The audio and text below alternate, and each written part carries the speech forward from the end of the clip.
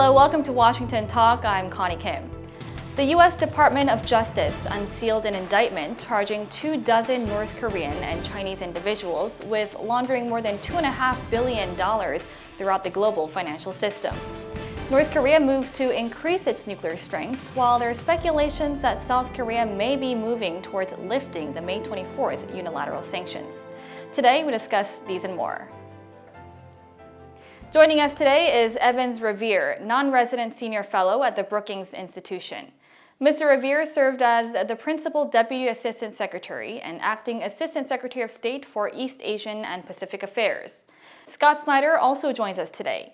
He's a senior fellow for Korea Studies and director of the program on U.S.-Korea policy at the Council on Foreign Relations. His book, South Korea at the Crossroads, examines the trajectory of 50 years of South Korean foreign policy and offers predictions. Thank you so much for joining us today. Thanks, Connie. Thank you. Now, I want to get started with North Korea's meeting of the Central Military Commission. So, what was your takeaway from this meeting, and did you see anything new from this meeting?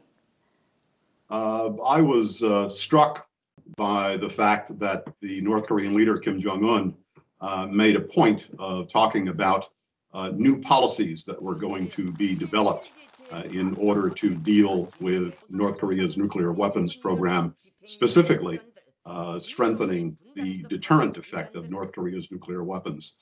The statement that he made was a bit cryptic. It's not clear what all the details are in terms of what his intentions are. But the impact of the message, I think, is potentially significant because it tells us that the North Koreans are going to focus on perhaps new policies, approaches, or some new military doctrine that will enable them to enhance the degree to which they can deter the United States with their nuclear weapons.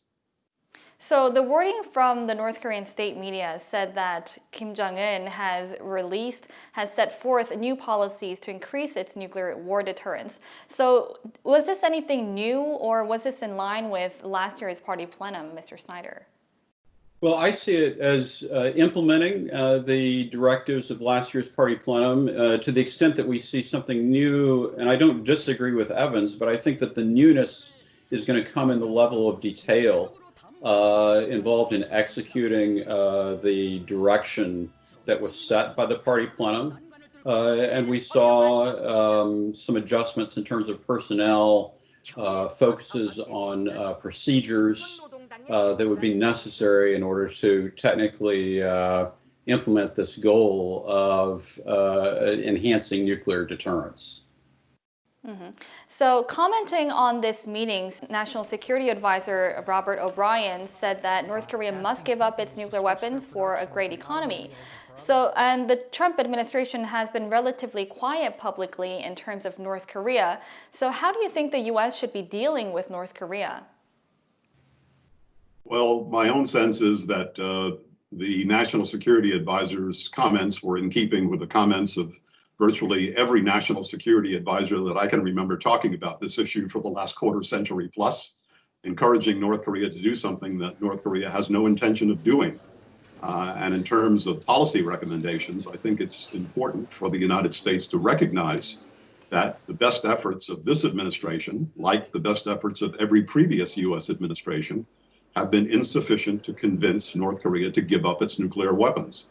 And so we're going to have to try a different approach, and in my view, a much more focused, much more intense, a much more aggressive approach designed to convince North Korea through isolation and pressure and other mechanisms that the path that it is on is unsustainable and could lead to the collapse of the regime.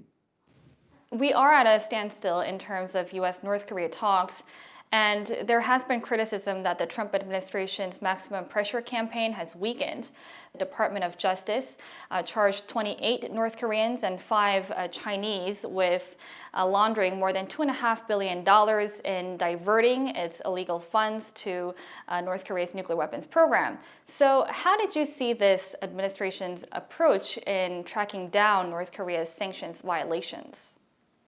Well, I think that, this sort of move by the Department of Justice, it takes a lot of time to put into place. And so, this is, I think, part of an effort to enhance pressure on North Korea. But the scope and magnitude of the violations that were reported suggests just how limited and relatively ineffective the U.S. has been. You're talking $2.5 billion that has gone through the international financial system directed by North Koreans. And so it does point to, hopefully, a more strict approach. But as we have seen with the prior executive orders, focusing on designating individuals, we've got to go further than designating individuals. They're going to have to actually be actions that prevent these flows from continuing. I strongly concur with what Scott has just said, but I would add that and underscore that not only U.S. efforts, but international efforts, as the UN Security Council of Experts has reported, international efforts have fallen short in terms of applying the requisite amount of pressure on the North Korean regime. The U.S. administration likes to use the word maximum pressure. I think if you look back over the years, this administration, like previous administrations, has never achieved a maximum level of pressure on North Korea, hence the discovery of these additional violations. And we're just going to have to lift our game. And I think the recommendation that I made a few moments ago is the way to do that. So there is a kind of broad, warning effect to financial institutions not to engage in business with these individuals. But what we haven't yet seen is a tangible penalty attached to interaction with these individuals. And so I think that is the other shoe that may have to drop if we're going to actually see effective sanctions implementation. Mm-hmm. So some experts do point out that this action showed the administration's approach on North Korea, pursuing dialogue and exerting pressure on North Korea. But it seems, on the other hand, in South Korea, there are moves to lift the May 24 unilateral sanctions on North Korea, as this year marks a 10-year of imposing these measures on North Korea. So there are speculations in South Korea that the government is trying to move to lift these measures. Do you think this move is necessary? Do you think these moves should be taken? These are, of course, sovereign decisions for the Republic of Korea to make. But I think that decisions like this, in terms of easing unilateral sanctions that have been applied on North Korea, decisions like that should be taken in the context of an understanding of the importance of putting pressure on North Korea to denuclearize and compelling North Korea to act responsibly. And obviously, the sinking of a South Korean warship by North Korea is hardly a responsible act, a very irresponsible act. And so I think it's unfortunate that we're seeing South Korea move in this direction. And I hope that the decision, if one is coming, will be deferred and reconsidered. Well, I would say that the Moon administration has a political problem and a strategic problem. And the political problem is that Moon supporters want to see more engagement with North Korea, and the May 24th measures date back to a conservative administration.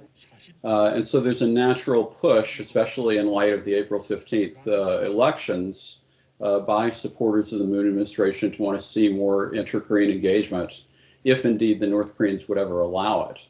But the strategic problem, I think, is the more serious one, and that is the risk by prematurely relaxing May 24th sanctions without having North Korea make any admission of responsibility or wrongdoing related to the Cheonan incident. And essentially the problem there is that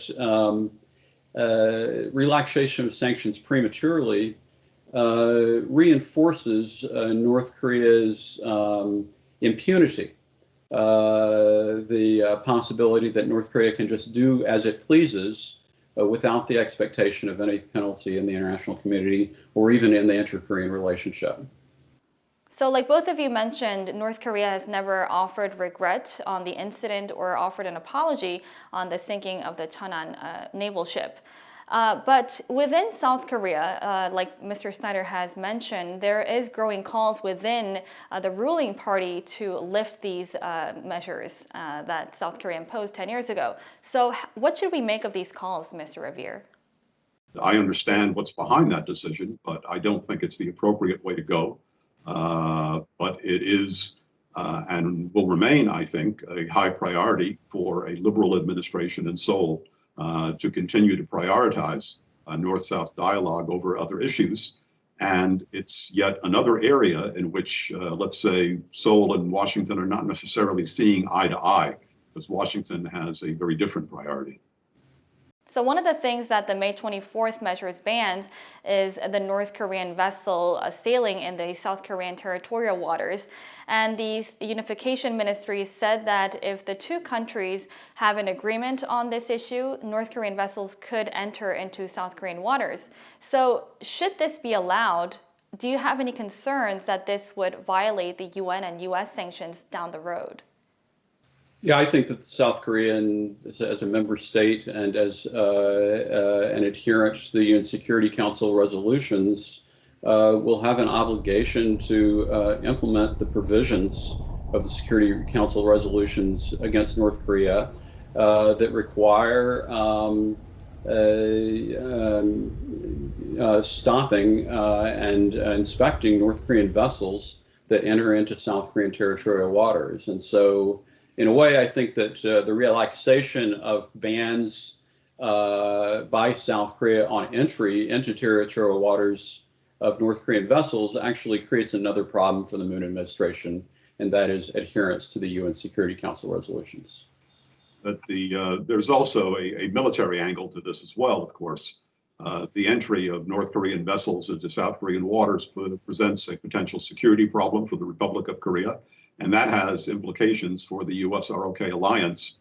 I would suggest to the Republic of Korea government that they will need to make sure that this is coordinated very, very carefully and closely with the United States and, of course, with US Forces Korea, because of the potential for this to undermine our joint security efforts to defend the Republic of Korea.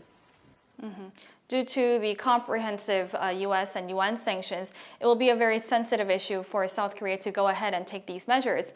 And so a lot of sanctions experts did point out that lifting these set of sanctions are completely under the discretion of the South Korean government. But if South Korea does go ahead and scrap these May 24th measures, can South Korea guarantee that North Korea will not go ahead and launch further provocations against South Korea? No. I think that the basic problem in the inter-Korean relationship at this time is that the Moon administration, the South Korean government, wants tension relaxation, but the North Koreans have, generally speaking, not been reciprocating and actually are failing to implement elements of the agreements that were made in the course of the Moon-Kim summits. And so as a result, there simply is not a basis upon which to trust North Korean intentions or actions at this time. I completely agree with that. North Korea has skillfully used provocations of one kind or another for decades to affect its relationship with South Korea, as well as the United States and Japan, of course. And I don't think any reasonable person should expect North Korea to end the reliance that they have had on provocations, military provocations of some sort over the years in the coming days. I just don't think that's going to happen. Mm-hmm. And the State Department has emphasized coordination with South Korea in order to ensure inter-Korean cooperation is in lockstep with the denuclearization progress. So we hope to see South Korea's decisions are in line with US's policy on North Korea. Well, that's all the time we have for today, Mr. Revere and Mr. Snyder. Thank you for joining us today. Thank you. Thanks, Connie. Thank you.